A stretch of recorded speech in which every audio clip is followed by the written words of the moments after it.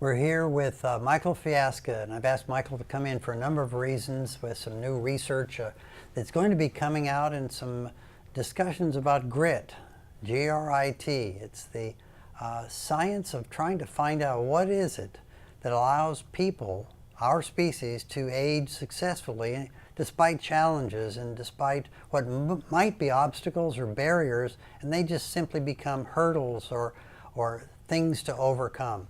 So with that as a backdrop, Michael, I've asked you to be here to talk about a number of things. And before we started, at one point, I asked you, when were you born? I was born in 1924. And then I can point to the students and say, you do the math on this one. What we have is a mindset now that we've said you were born in 1924, that you are living history. And these students don't hold a candle to what you have lived through and what you have personal memory of experiencing. We're going to talk about that for a few minutes. We start with challenge. And I know one of the biggest challenges that you have ever had was one you got, I guess were given to you when you were a youngster, and that's eyesight. Can you tell us what that's all about? Well, yes, Roger. I unfortunately was born with congenital cataracts. That is, people generally get that disease as they age, and I was unfortunate to get that when I was an infant, and so I required a number of surgeries, and it left me with that whole process left me with a huge challenge with my eye problem. And what we call perseverance. You found a way, even as a youngster, you found a way to manipulate your experiences around that challenge. And then you went on to a career after college. Where'd you go to college? I went to college at University of Wisconsin in Milwaukee and did my undergraduate work there and most of my graduate work to a PhD at Oregon State University with some work at Stanford University. So I've been around the education mill. You certainly have, around the education mill within a subject matter of science. Isn't that that education of science? Yes, combination. It's always, since my university days, been a combination of the sciences, all of them actually. No, I shouldn't say all, that's a large exaggeration. Mainly in biology, chemistry, physics, and geology. And I've had substantial coursework there. And in addition to that, because I was a secondary school teacher, also had these so-called methodology courses on how to.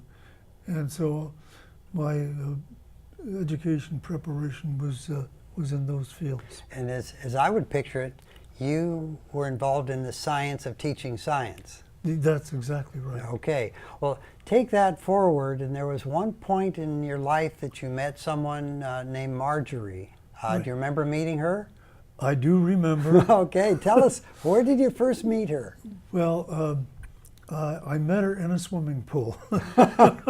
She was in the pool, or you were, or both of you? No, we both happened to go to the college pool at the same time and met there and began talking and had a really, really rich relationship. Okay. Now I'm going to rewind this as we edit this. Do you know that you started smiling as soon as I said Marjorie, and now you're grinning from ear to ear about that swimming pool? First, Yes. Was it a Cupid's arrow that got you? Well, it really was. I said to her many times, you know, Marge, with me, it was love at first sight. And I didn't believe in that concept, but it happened to me. Despite the challenge of your sight, it was love at first sight for you. That's right. Okay. Well, I want to then move forward and come up to one thing you started to tell me about, and that was one of the highlights of your life together with Marjorie was a trip. Well, we both, husband and wife, we discuss, a lot of events in our lives, and we agreed thoroughly that our trip to Malaysia was the highlight of our life. And the special event that we both agree was the cultural night. That is, think about flying across the Pacific Ocean. Now A you were long, just a minute. boring trip. So that we have the perspective. This wasn't a vacation you were going over as a tourist. You were working there with the government to do what in teaching the people of the Malaysian area? What? Well, they had housed in Penang, Malaysia, a science and mathematics teaching center. And the purpose of that center was to extend the knowledge and the methods of teaching science that we do here in the United States and practice over to the Southeast Asian countries. They were looking for that change in their pedagogy. They were bound to a system where it was rote, you know, repeat and say and you learn. Well, that's not exactly true. That's not deep learning. That is not deep learning. It's not scientific learning. Scientific learning is observation and making hypotheses, and then from those drawing conclusions. That's called a scientific method. And that's what they wanted to learn how to do. And on this effort, you were there for how long? I was there for a year, Okay. and unfortunately had a retinal detachment when I was there and had to come home for house, that is home surgery. They couldn't do that kind of surgery in Malaysia. The doctor who looked at me said, I'm going to have to send you home. I've read about that surgery, but I've never done it. And that was a wise move. Well, yes. But you were recruited. You were teaching at Portland State at the time. You were recruited to teach or to help set up their structure of teaching science. That's correct. I had a friend who was a teacher at Reed College, and he preceded me in this position in Penang, Malaysia, and recommended me to take that position Okay. after he left it. Now we set the table here. You Yes. didn't go there to experience what you're going to tell me about with what you and Marjorie agreed. She died a few years ago, but before she died, you and she agreed that this was one of the most exciting high points, memory makers. So tell us what happened. And Well, we flew across the Pacific, and it was a 30-hour flight. You know how boring it can get, and how you can sit in that plane and anticipate what you're going to be doing the next year. And so I arrived the evening that they were having what they call a cultural night. And that is where the students and faculty who come from that part of the world demonstrated their dancing, their some of their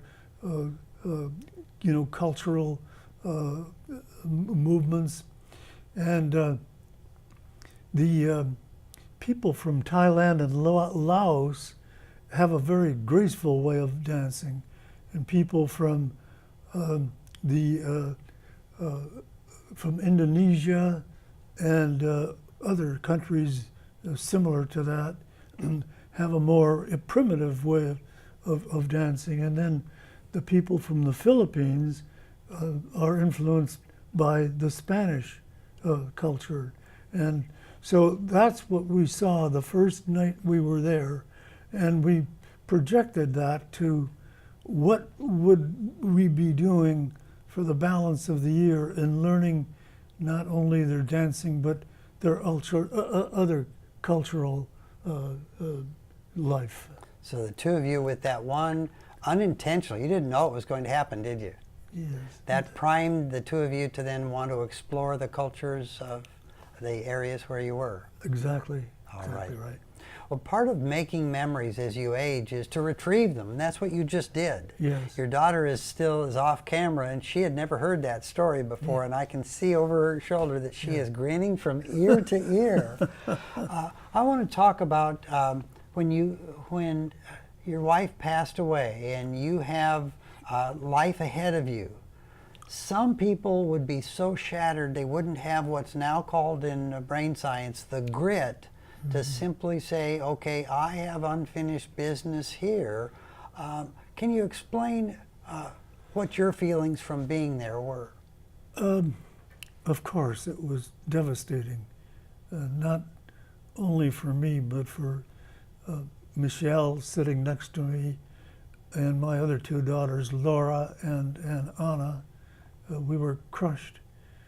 And it takes a while to get over that. It takes an adjustment. And I don't know, what can I say about it? People have, as you say, grit and determination. Now this too shall pass. Not pass, but at least become bearable. And so we lived out our lives since then, since that 4-year event. And of course, it's not been the same, and there's not a day that we don't wish that she were still with us, but we persevere. One of the impressive things I heard about, and we're going to be talking about now, is that recently you gave a lecture, and a lecture that you tracked some of the highlights of your life. And I don't want to talk about the lecture so much as I want to find out from you whether you were energized by putting that presentation together. You live at Russellville Park, and it was one of the events that goes on that people can prepare for. How did you prepare for it?